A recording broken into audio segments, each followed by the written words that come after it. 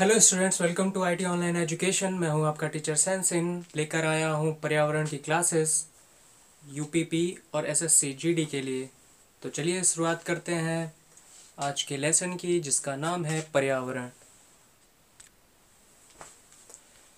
तो भाई पर्यावरण के साथ साथ हम लोग पारिस्थितिकी की भी चर्चा करेंगे कि पारिस्थितिकी क्या है एवं पर्यावरण क्या है। तो उसके साथ साथ पहला क्वेश्चन ही इसके साथ ही जुड़ता है कि पारिस्थितिकी विज्ञान के जनक कौन थे। ठीक है, मोस्ट इम्पॉर्टेंट क्वेश्चन है। और उसमें जो ऑप्शन दिए हुए हैं चारों, ये भी बहुत इम्पॉर्टेंट है। अब पहला ऑप्शन है पारिस्थितिकी पारिस्थितिकी यानी इकोलॉजी के फादर कौन है। तो इकोलॉजी के फादर में पहला ऑप्शन है रोजन, दूसरा है प्रोफेसर आर मिस्र, तीसरा है जोसेफ फोरियर और चौथा है नॉर्मन मेयर। ठीक है, तो अब इन चारों में से आप लोग कमेंट बॉक्स में बताइए कौन सा ऑप्शन सही है। चलिए जल्दी बताइए। चारों ऑप्शन मोस्ट इम्पॉर्टेंट है, किसी न किसी टॉपिक से रिलेटेड है। ठीक है, तो आप हमें सबसे पहले बताइए पारिस्थितिकी विज्ञान के जनक कौन है। चलिए हम बताते हैं कि इन चारों में से चारों ऑप्शन ही गलत हैं। इसमें सही ऑप्शन क्या है, यूजीन ओडम, जो कि हमने दिया हुआ नहीं है। तो ये ऑप्शन है यूजीन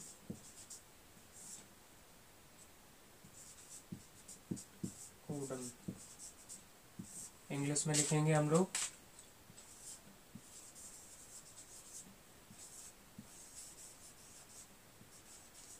ठीक है, यूजीन ओडम, ये सही ऑप्शन है पारिस्थितिकी विज्ञान के जनक के रूप में।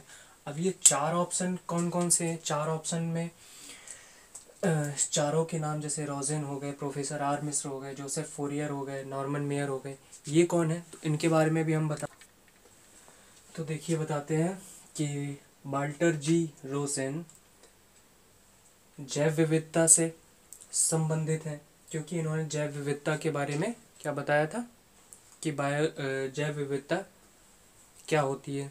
ठीक है, प्रोफेसर आर मिस्र कौन थे, ये भारतीय पारिस्थितिकी के जनक थे।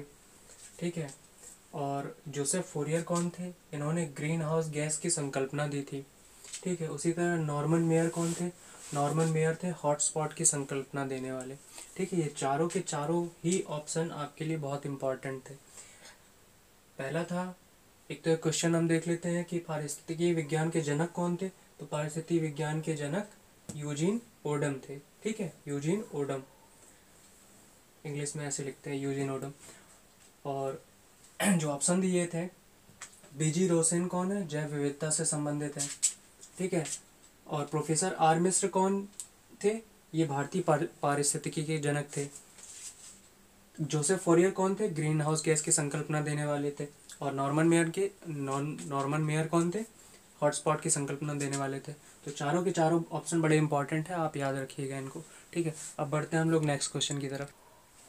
तो नेक्स्ट क्वेश्चन ये है, ओजोन परत की खोज डॉट डॉट डॉट किसने की। तो पहला ऑप्शन है एडवर्ड स्विस, दूसरा है टॉन्सले, तीसरा है ओडम और चौथा है चार्ल्स फॉबी व हेनरी व्यूसन। तो इन चारों में से आपको देखना है कि कौन सा सही आंसर है। ठीक है, और जो भी आंसर अगर आपको पता है तो कमेंट बॉक्स में तुरंत बताइए हमें, और अगर नहीं पता है तो मैं भी बताऊंगा। ठीक है, चारों के चारों ही मोस्ट इम्पॉर्टेंट है, ये भी कहीं ना कहीं किसी न किसी एनवायरनमेंट या इकोलॉजी से रिलेटेड है। तो आप बताइए अगर किसी को पता हो, और अगर नहीं पता है तो मैं बताऊंगा कि इसमें से सही आंसर कौन सा है। ठीक है, ओजोन परत की खोज किसने की। ठीक है, इसका राइट आंसर है चार्ल्स फॉबी व हेनरी व्यूसन। ठीक है, चार्ल्स फॉबी व हेनरी व्यूसन ने इसकी खोज करी थी, किसकी, ओजोन लेयर की। ठीक है, अब ये तीन कौन कौन से हैं, एडवर्ड स्विस, टॉन्सले और ओडम। ओडम का तो अभी मैंने बताया ही था ये पारिस्थितिकी यानी इकोलॉजी के फादर कहे जाते हैं, फादर ऑफ पारिस्थितिकी विज्ञान के यानी इकोलॉजी साइंस के फादर कहे जाते हैं। कौन? ओडम। उसके अलावा टॉन्सले कौन है? टॉन्सले हैं हमारे बायो इकोलॉजी सिस्टम के यानी पारिस्थितिकी तंत्र के कौन? पारिस्थितिकी तंत्र को बताने वाले कि पारिस्थितिकी तंत्र होता क्या है। ठीक है, पारिस्थितिकी तंत्र को इन्होंने बताया था, पारिस्थितिकी तंत्र को टॉन्सले ने। और एडवर्ड सुएस कौन थे? इन्होंने बायोस्फीयर रिजर्व के बारे में हमें बताया था। ठीक है, बायोस्फीयर रिजर्व। ठीक है, तो ये हो गए। ठीक है, चारों हो गए। बायोस्फीयर रिजर्व, टॉन्सले हो गए, पारिस्थितिकी तंत्र के बारे में बताया इन्होंने। ओडम का थे ये father of ecology science. And Charles hobby and Henry Wilson was the founder of ozone layer. ठीक है, तो चारों के चारों हो चुके हैं। अब हम लोग बढ़ते हैं नेक्स्ट क्वेश्चन की तरफ। चलिए, ये लिख दिया है। अब इसके साथ ही हम लोग बढ़ते हैं नेक्स्ट क्वेश्चन की तरफ। ठीक है, तो नेक्स्ट क्वेश्चन है कि भारत वन संरक्षण अधिनियम कब प्रवृत्त हुआ। ठीक है, भारत वन संरक्षण अधिनियम कब प्रवृत्त हुआ? तो पहला है 1927, दूसरा है 1980, तीसरा है 1986 ऑप्शन, चौथा है 1988 यानी 1988। ठीक है, 1927, 1980, 1986 एंड 1988। तो प्रवृत्त की बात करी गई है। तो अब यहाँ पे प्रवृत्त के लिए आप बताइए, अगर किसी को पता हो तो कमेंट बॉक्स में तुरंत अभी कमेंट करें और बताएं कि कौन सा इसका सही आंसर होगा। अगर नहीं तो मैं बताता हूँ, इसका सही आंसर है, आप लोग बताइए। चलिए मैं बताता हूँ, 1980। 1980 से ये प्रवृत्त माना गया है। कौन सा? भारत वन संरक्षण अधिनियम। ठीक है, और 1927 इसको क्या जब ब्रिटिशर्स थे तब इसको जो है बनाया गया था। उन लोगों के समय पे कुछ और था। 1980 में जो बना वो भारतीय संविधान के अंतर्गत आया। ठीक है, तो ये हमारा आंसर है 1980। ठीक है, चलिए आगे बढ़ते हैं। तो चलिए नेक्स्ट क्वेश्चन हमारा है कि भारतीय वन्यजीव संरक्षण अधिनियम कब लागू किया गया। ठीक है, तो पहला ऑप्शन है 1981, दूसरा है 1986, तीसरा है 2003, चौथा है 1972। ए है 1981, बी है 1996, सी है 2003 एंड डी है 1972। तो जल्दी से कमेंट बॉक्स में बताइए अगर आपको पता हो। अगर नहीं पता है तो मैं बताता हूँ आपको। इसका आंसर है 1972। 1972 में वन्य जीव संरक्षण अधिनियम लागू किया गया था कि वनों में जो रहने वाले जीव जंतु हैं उनका क्या हो रहा था, उनका अवैध शिकार हो रहा था। ठीक है, और जो कुछ विशेष प्रजातियां थी वो विलुप्त की मतलब एक्सटिंक्ट प्रजातियां जो थीं वो विलुप्त होने के कगार पे आ गई थी, एक्सटिंक्ट होने के कगार पे आ गई थी। तो उसी तरह से तब लाया गया 1972 में से। और ये क्या बोलते हैं, इसमें सज़ा का प्रावधान 2003 में दिया गया था कि जो भी इस तरह की एक्टिविटीज़ में पाया जाएगा उसको कठोर कारावास भी दिया जाएगा एवं आर्थिक रूप से दंड भी दिया जाएगा। ठीक है, तो ये चौथा क्वेश्चन हो चुका है हमारा पर्यावरण से रिलेटेड। चलिए बढ़ते हैं नेक्स्ट क्वेश्चन की तरफ। और नेक्स्ट क्वेश्चन पे पढ़ने से पहले मैं बता दूं कि ये जो अभी 1972 वाला वन्य जीव संरक्षण अधिनियम था, इसको जब किया गया था तो 2003 में इसको संशोधन इसमें किया गया था। तो इसमें कठोर कारावास 2003 से जुड़ी है। ठीक है, उससे पहले इसमें कठोर कारावास का ऐसा कुछ विशेष प्रावधान नहीं था। ठीक है, आर्थिक दंड और वो कठोर कारावास 2003 से जुड़ी है। ठीक है, चलिए नेक्स्ट क्वेश्चन की तरफ बढ़ते हैं। तो नेक्स्ट क्वेश्चन हमारा है पर्यावरण संरक्षण अधिनियम कब लागू हुआ, ठीक है, या पारित हुआ। ठीक है, तो ऑप्शन ए है 1986, सेकंड है 1995, सी है 1973 एंड डी है 1962।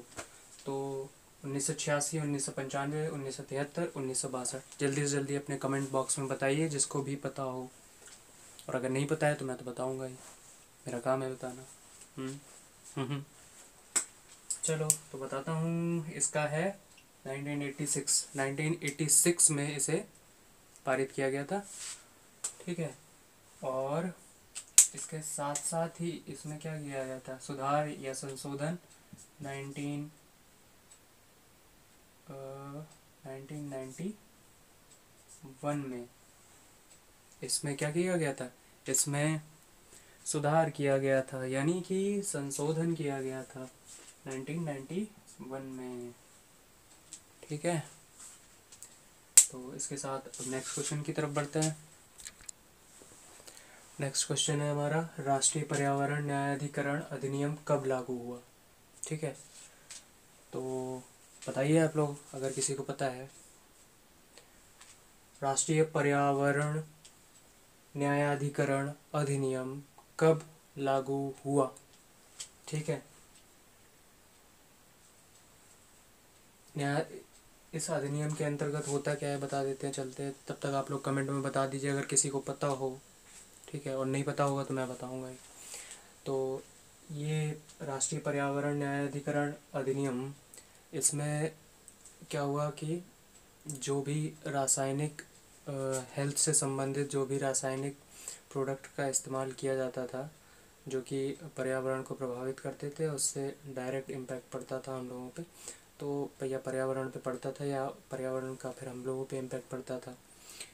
तो जो भी ऐसे केमिकल प्रोडक्ट थे उनका इस्तेमाल करने के बाद या इस्तेमाल करने पे जो पर्यावरण को नुकसान पहुंचता था, उसमें कठोर कारावास का प्रावधान कर दिया गया कि भाई अगर ऐसे प्रोडक्ट को इस्तेमाल करता है या इस तरह से उनका इस्तेमाल करके पर्यावरण में छोड़ देता है तो उन पे कठोर कारावास भी हो सकता है उनको। ठीक है, तो अब ये कब हुआ, ये कब लागू हुआ, तो पहला ऑप्शन है 1985, दूसरा ऑप्शन है 1992, तीसरा ऑप्शन है 1995 और चौथा ऑप्शन है 2002।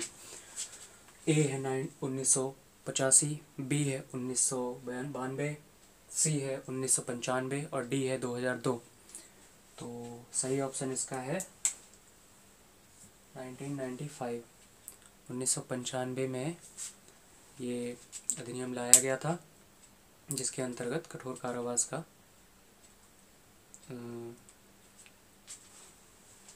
कठोर कारावास की सज़ा का प्रावधान कर दिया गया। तो 6 क्वेश्चन हो चुके हैं। चलिए मिलते हैं नेक्स्ट क्लास में। और साथ ही अगर हमारा वीडियो अच्छा लग रहा हो तो प्लीज़ बने रहिए हमारे चैनल जिसका नाम है IT ऑनलाइन एजुकेशन, और लाइक करिए, सब्सक्राइब करिए, शेयर करिए, और हाँ, बेल आइकन को दबाना ना भूलिए ताकि हमारी जो भी वीडियोस हैं आप तक बड़े ही आसानी से पहुंचती रहें और अप टू डेट रहें आप हमारे चैनल के साथ और हमारे क्लासेस के साथ। Thank you.